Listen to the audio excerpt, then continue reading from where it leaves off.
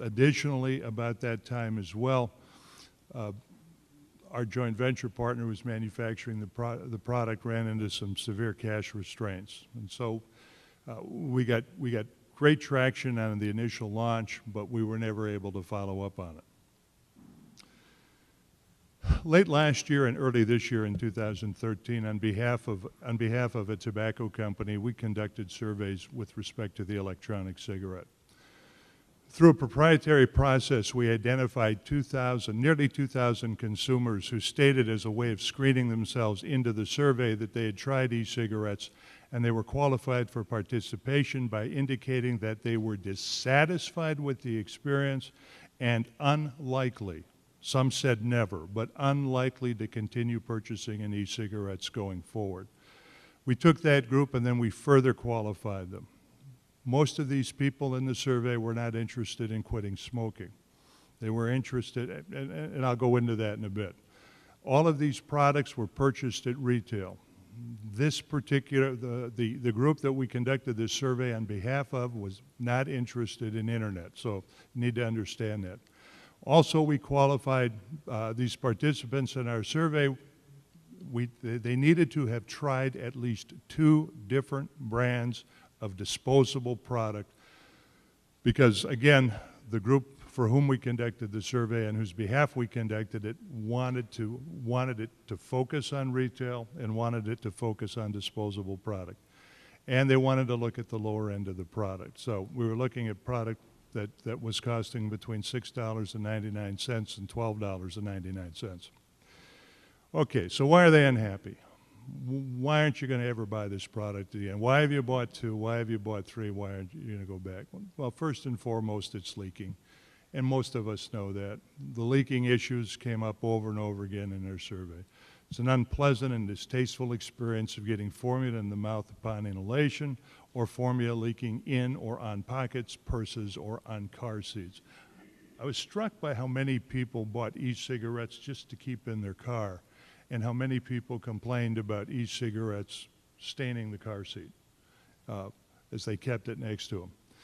Second biggest issue after the leaking were the battery issues.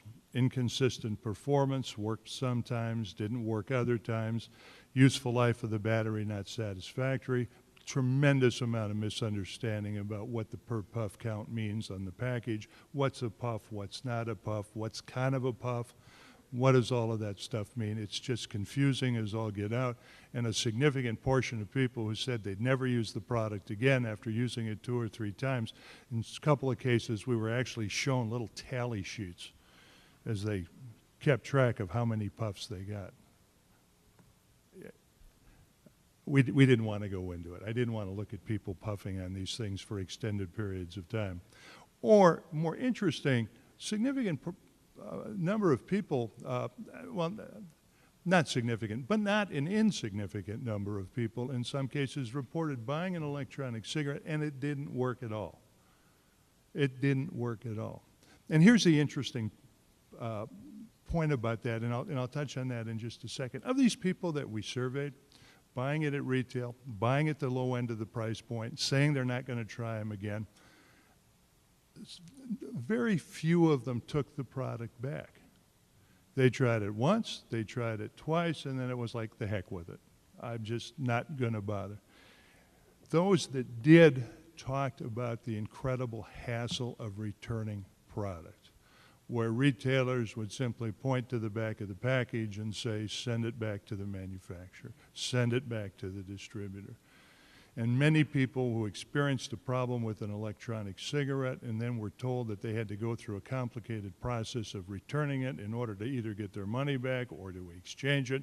At that point, they said, if they're going to make it this hard for me to get satisfaction, I'm not interested in committing long term. So we've got leaking issues, battery issues, and then the third issue that came up was what we call perception of effects. And these were all over the board. Some people will never use them again because they're too strong. Some people will never use them again because they're too weak. Some people will never use them again because they taste odd. Tobacco or menthol flavors tasted funny, unpleasant, not real. I think a lot of that has to do with expectations of what people have going into the product. But keep in mind, it's also important to know that one of the ways the participants qualified for the survey was to say that they weren't really interested in quitting smoking. They were interested in a product they could use in a specific place at a specific time. And that's the first point here. 70% of the participants were what we are now calling occasion purchasers, not occasional purchasers, but occasion purchasers. They bought them for an occasion. They bought them for a party where they weren't going to be allowed to smoke. They bought them for a dinner at mom and dad's with the kids. They bought them for a conference where there wasn't going to be any place to have a cigarette. They were occasion purchases. These are and our experience has been these tend to be not just occasion purchasers, but they're also somewhat brand agnostic. They're stopping at the local tobacco outlet or convenience store, and they're buying what is ever cheap and easy, and they just they don't, many of them are buying their first electronic cigarette.